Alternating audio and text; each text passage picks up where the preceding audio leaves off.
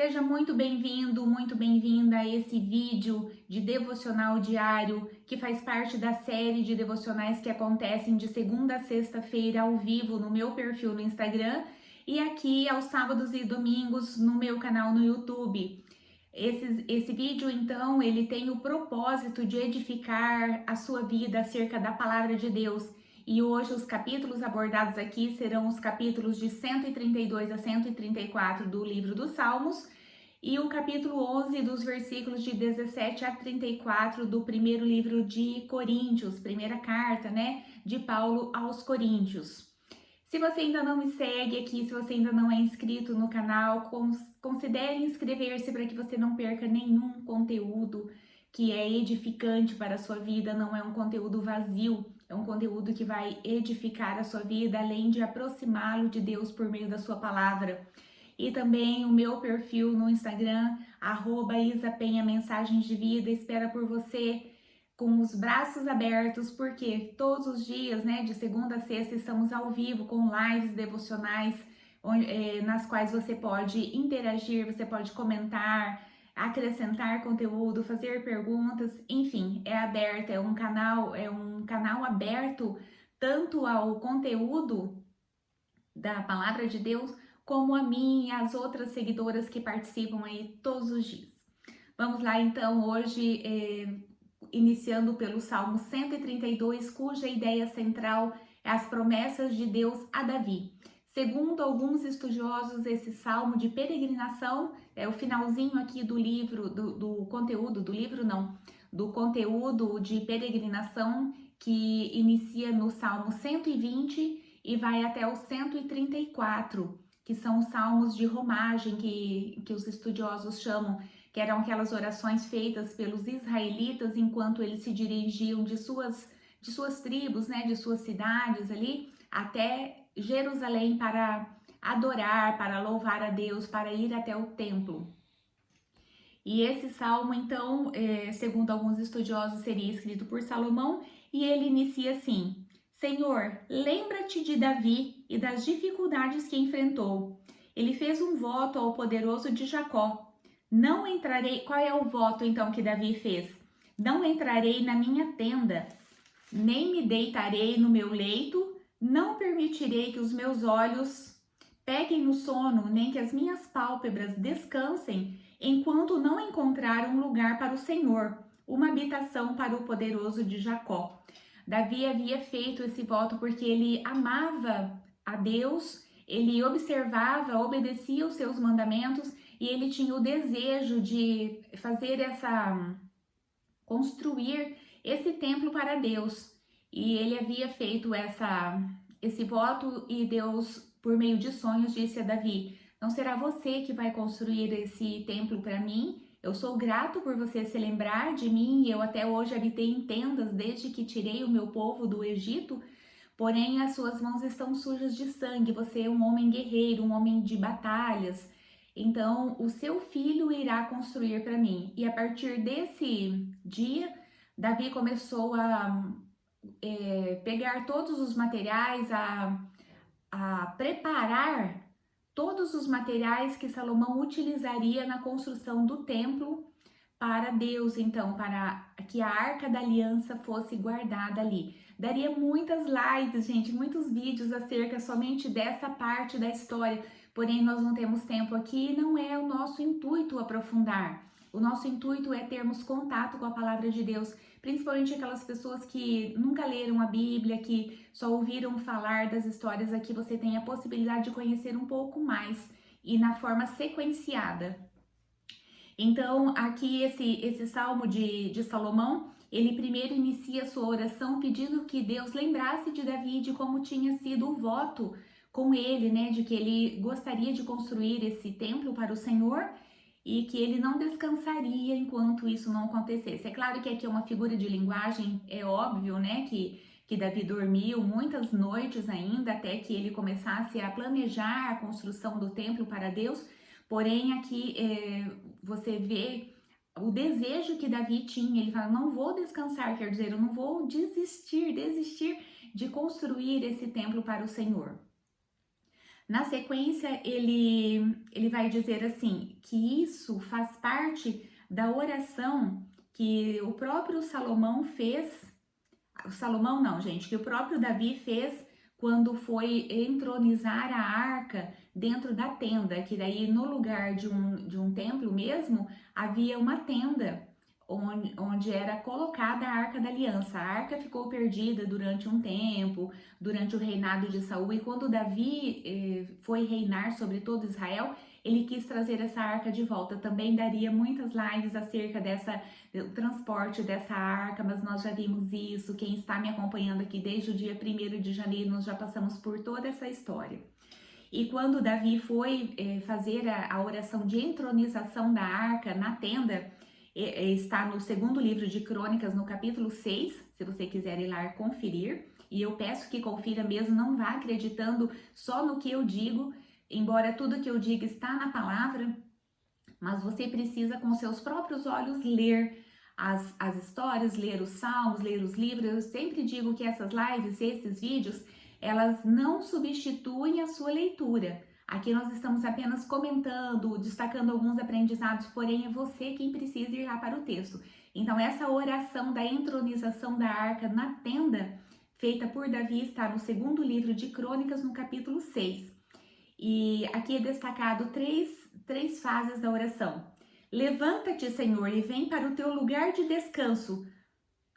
Tu é a arca onde está o teu poder. Vistam-se de retidão os seus sacerdotes, cantem de alegria os teus fiéis. Por amor ao teu servo Davi, não rejeitas o teu ungido. Aqui ele faz alguns pedidos, né? Levanta-te, Senhor, e vem para o teu lugar de descanso. Tu é a arca onde está o teu poder. Vistam-se de retidão os teus sacerdotes, quer dizer, além das vestes sacerdotais, que eles sejam justos, que eles sejam retos. Cantem de alegria os teus fiéis. E também, por amor a Davi, não rejeites o teu ungido, quer dizer, eu que faço essa oração, não me rejeite. Colocarei um dos teus descendentes no seu trono. Isso aqui Deus disse. O Senhor fez um juramento a Davi. Então, Davi fez um juramento para que ele não iria descansar enquanto ele não construísse um lugar para o Senhor. E Deus, em contrapartida, fez um juramento a Davi. E aqui é destacado que Deus disse: colocarei um dos seus descendentes, Davi, no seu trono. Aqui já estava fazendo referência a Jesus, que veio por meio da raiz de Davi, por meio da descendência de Davi. Jesus era judeu, ou seja, da tribo de Judá, ou seja, da tribo onde Davi reinou por muito tempo, por 33 anos, na verdade.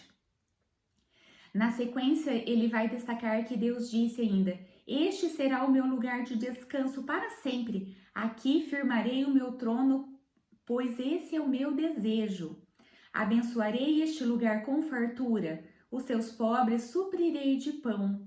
Vestirei de vergonha os seus inimigos, mas nele brilhará a sua coroa. Quer dizer, no rei, né? Na pessoa que iria ser o descendente ali da tribo de Judá, da tribo de Davi, ou seja, Jesus ia fazer com que todos os inimigos de Deus sentissem vergonha, fossem envergonhados, humilhados, derrotados, porém nele brilhará a coroa da justiça, a coroa do poder estaria sobre a cabeça de Jesus, que era o descendente que Deus prometeu a Davi por meio das suas promessas aqui, por meio do juramento que Deus fez a Davi quando então ele planejou a construção do templo para que Deus habitasse nele. Gente, esse salmo daria muitas conversas, muitas histórias, porém a ideia central então é as promessas de Deus a Davi por meio do voto que Davi fez a Deus quando ele desejou de todo o seu coração construir um lugar para que Deus habitasse. Ele diz assim: não é justo, eu habito num palácio de marfim, de ouro, e o meu Deus está numa tenda, né? Está como se fosse numa barraquinha. Não é justo. E foi por meio disso que ele então começou a planejar, a desejar a construção do templo. E claro que você sabe que o templo foi muito suntuoso, foi incrível, recoberto de ouro, com metais nobres. Foi maravilhoso, porém veio a destruição por conta da idolatria, que também o próprio Salomão, depois dessa oração belíssima, ele se tornou idólatra, ele se uniu em casamento com muitas mulheres de povos pagãos, enfim, é muita história envolvida nisso tudo. Mas então o que eu quero destacar, principalmente aqui nesse salmo, é que Deus, ele cumpre as promessas que ele nos faz. Se Deus, ele é fiel para cumprir, vai dizer a própria palavra dele que Deus não é homem para que minta, e ele não desiste de nenhum dos seus planos, e nenhum dos seus planos podem ser frustrados. Isso nós vemos no livro de Jó. Então, que nós façamos a nossa parte, né, nessas promessas. Eu faço a minha parte de obediência, de ter a Deus como o meu Senhor e Salvador, o meu soberano, aquele que eu busco nas primeiras horas do meu dia, aquele que está sempre em meu coração, a sua palavra sempre em meus lábios, e ele com certeza fará a sua parte também. Na sequência, nós temos o Salmo 133, cuja ideia central é a unidade entre os irmãos. É um salmo de Davi. Provavelmente também os estudiosos consideram que esse salmo foi escrito depois que Davi passou a reinar em todo o território de Israel. Nós sabemos que a princípio ele foi rei primeiro em Judá e depois em Hebrom, perdão, ele foi primeiro rei em Hebrom e depois quando Saul morreu, então, quando Saul foi morto em guerra, Davi foi consagrado rei. E a princípio só de uma parte, só ali de Jerusalém, né, de Judá, e depois ele passou a ser rei de todo o território, de toda a área de Israel.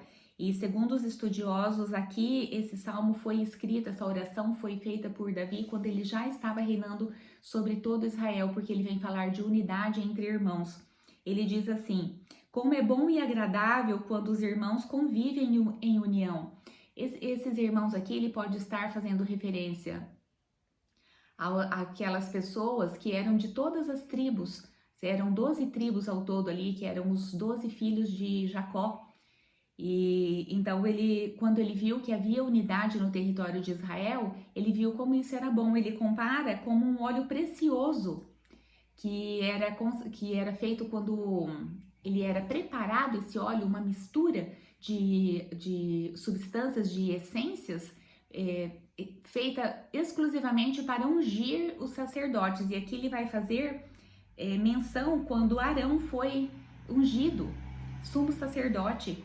Ele diz assim: esse óleo desceu pela cabeça de Arão até a sua barba, passou por todo o seu corpo e foi parar na orla do seu manto. Quer dizer, imagina como que foi agradável para Arão sentir esse óleo escorrendo pelo seu corpo, sabendo que nesse momento ele estava sendo ungido para ficar na presença do Altíssimo.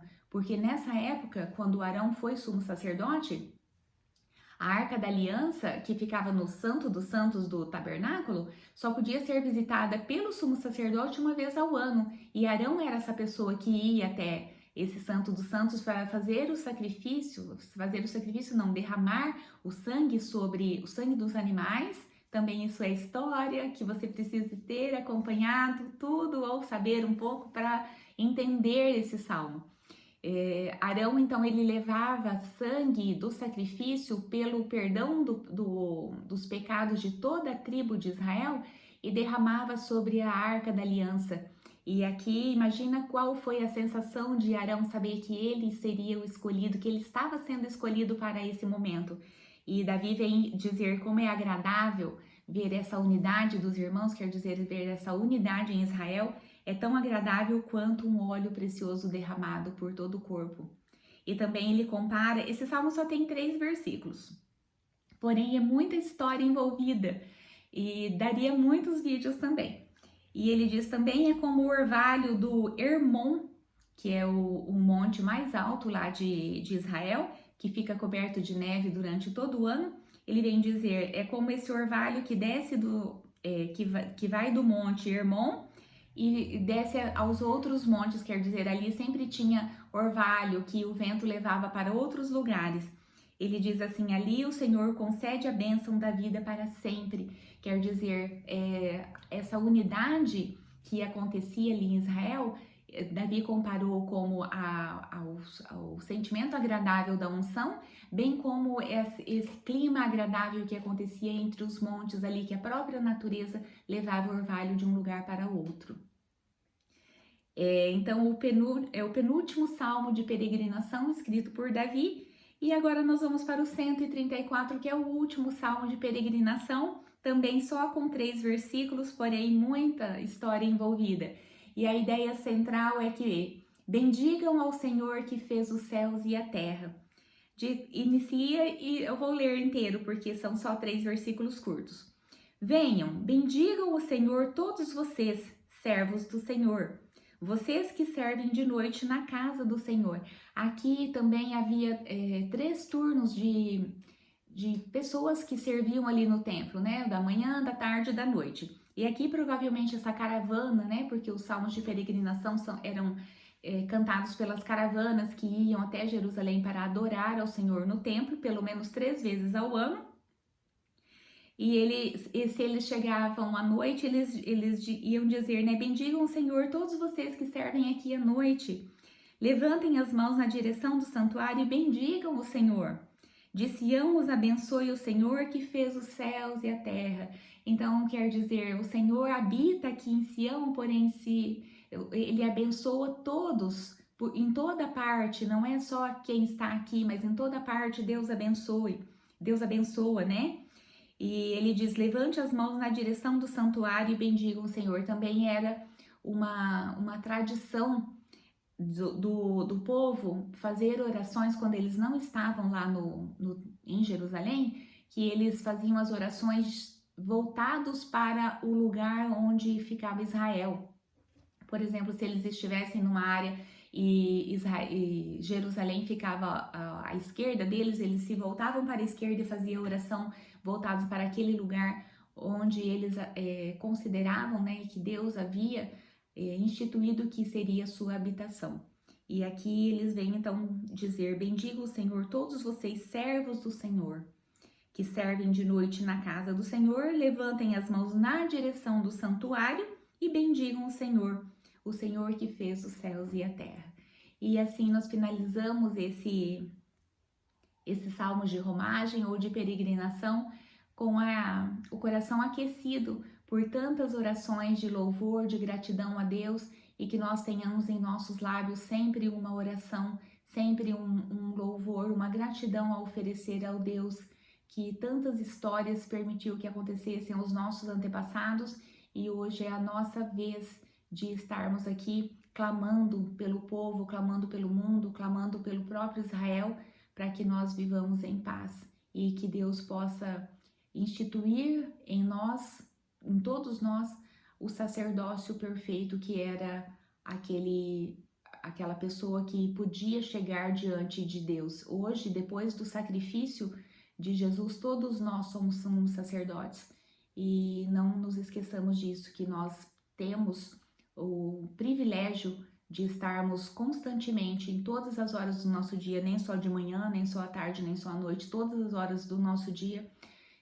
diante do Senhor, e que nós possamos fazer jus, honrar esse privilégio que só Jesus pôde nos conceder por meio do seu sacrifício na cruz. Amores, vamos lá para o finalzinho do capítulo 11 da primeira carta de Paulo aos Coríntios, que Paulo nessa carta, nessa parte aqui, vai fazer uma repreensão quanto à celebração da ceia do Senhor. Ele iniciou o capítulo 11 elogiando os irmãos lá de Coríntios, porque eles estavam obedecendo, lembrando de todos os ensinamentos que Paulo havia dirigido a eles acerca de idolatria, acerca de comer ou não carnes sacrificadas aos outros ídolos, do uso do véu pelas mulheres, da autoridade que Cristo tinha sobre o homem, que o homem tinha sobre a mulher, tem, né? E que Deus tem sobre Cristo. Então ele vem dizer: Deus é o cabeça de Cristo, Cristo é o cabeça do homem e o homem é o cabeça da mulher. Tudo isso ele elogiou os coríntios. Porém, agora nessa parte ele vem dizer: olha, não rola mais eu elogiar vocês, porque no que diz respeito à ceia, no que diz respeito à sua convivência enquanto igreja, vocês estão reprovados. Eu não posso elogiar vocês, porque eu estou sabendo que vocês estão ainda divididos, que vocês não estão honrando o momento da ceia, que vocês não estão amando o seu irmão, porque Paulo aqui ao longo de alguns capítulos ele vem dizer: olha, eu mesmo já deixei de fazer a minha vontade para não ser pedra de tropeço para mais ninguém, e eu faço a vontade do meu irmão e não a minha. E aqui ele vai repreender severamente os irmãos lá de Coríntios por conta de alguns comportamentos que eles estavam tendo. Então vamos lá. Ponto 1, Paulo elogia quando convém, mas repreende quando necessário, que foi isso que eu já disse. E o motivo dessa repreensão severa era as divisões que eles estavam tendo ainda ali em grupinhos. Eu sou de Paulo, eu sou de Apolo. Então, nos momentos da ceia, que aqui não é só a ceia, tá? Não é só a parte do pão e do vinho. Eles tinham o hábito, era instituído não sei com que frequência, tá? Mas era feita uma refeição, todos eles juntos. E nesse momento dessa refeição, que era chamada da festa do amor, se eu não me engano, era uma vez por semana, mas eu posso confirmar isso no próximo vídeo, tá? Eles faziam essa refeição e Paulo ficou sabendo de que alguns chegavam e sem esperar pela chegada dos outros, eles já iam comendo, já iam bebendo, e Paulo vem com esse intuito de chamar a atenção deles acerca desse comportamento. Ponto 2, comer indignamente a ceia do Senhor resulta em juízo. Então Paulo, eu vou ler a parte que eu destaquei aqui, onde vai dizer que ele não vai elogiá-los, ó. Entretanto, nisso que vou dizer, não os elogio, pois as reuniões de vocês mais fazem mal do que bem. Quando vocês se reúnem, não é para comer a ceia, porque cada um come sua própria ceia sem esperar os outros, quer dizer, eles faziam essa refeição primeiro e depois faziam a ceia do Senhor, que na denominação católica chama de Eucaristia ou de momento de comunhão. Nas denominações pentecostais, neopentecostais, presbiterianas, é a ceia do Senhor, que é aquele momento em que Jesus partiu o pão e deu o cálice a seus discípulos e disse: fazer isso em memória de mim. Então, antes eles faziam uma refeição e depois faziam a ceia. E Paulo vem dizer: quando vocês se reúnem, não é para comer a ceia do Senhor, porque cada um come sua própria ceia sem esperar pelos outros. Quer dizer, que comunhão, que unidade vocês estão tendo, se cada um faz a sua própria vontade, não a vontade do irmão. E daí ele vem fazer uma pergunta retórica, né? Eu os elogiarei por isso? Ele mesmo responde: certamente que não. Na sequência, que é esse ponto 2 que eu vou falar, ele diz assim: comer indignamente a ceia do Senhor resulta em juízo. Está nos versículos de 27 a 31. Paulo aqui, ele vem dizer: olha, eu recebi do Senhor, mas Paulo não conviveu com os apóstolos para ver essa última ceia que o Senhor fez com eles antes da sua crucificação. Mas Paulo diz: eu recebi do Senhor, que Paulo recebeu por meio de visão o que o Senhor Jesus fez para os apóstolos que conviveu com ele lá na última ceia. Ele vem dizer: olha, Jesus, ele partiu o pão, depois ele deu o cálice aos seus discípulos e disse que era para fazer isso na memória dele. Porém, quem estiver comendo essa ceia indignamente, vem juízo sobre si. Olha o que ele vai dizer: portanto, todo aquele que comer o pão ou beber o cálice do Senhor indignamente será culpado de pecar contra o corpo e o sangue do Senhor. O que é comer essa ceia indignamente? É eu estar em pecado, é eu estar precisando liberar perdão ou pedir perdão e eu não fazer isso. Tudo isso me torna indigna de conviver, de fazer essa comunhão com o corpo e o sangue de Cristo. Porque Jesus é a nossa santificação diária. Como é que eu vou participar de uma ceia com o corpo e o sangue de Cristo presente ali se eu estiver indigna nesse momento? E Paulo diz mais: Examine-se cada um a si mesmo, e então coma do pão e beba do cálice. Pois quem come e bebe sem discernir o corpo do Senhor, come e bebe para a sua própria condenação. Então, todas as vezes que eu estou achando que eu estou escondendo alguma coisa de Deus, que eu estou escondendo alguma coisa do próprio Senhor e tomando da ceia, que é o mandamento de Jesus, fazer isso em memória de mim, toda vez que eu faço isso indignamente, eu estou chamando condenação e juízo sobre mim. E Paulo vem dizer assim, por isso há entre vocês muitos fracos e doentes, e vários já dormiram. Mas se nós tivéssemos o cuidado de examinar a nós mesmos, não receberíamos juízo. Então Paulo vem dizer, olha, muitas coisas estão acontecendo entre vocês, pode ter certeza que é por conta que muitos de vocês estão comendo indignamente a ceia do Senhor. Porém, no meu ponto 3, eu venho dizer assim, é por amor que o Senhor nos disciplina.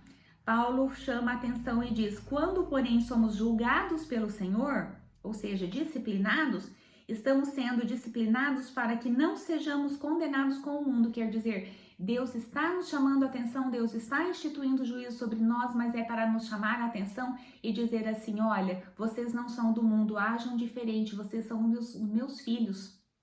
Lembrando que para ser filho de Deus eu preciso obedecer os seus mandamentos, eu preciso louvar e glorificar o seu nome como um único Senhor.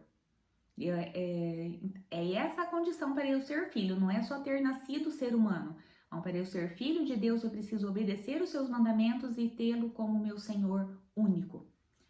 E por último, no ponto 4, faça tudo por amor do próximo, que Paulo vem dizer, olha, portanto, meus irmãos, quando vocês se reunirem para comer, esperem uns pelos outros.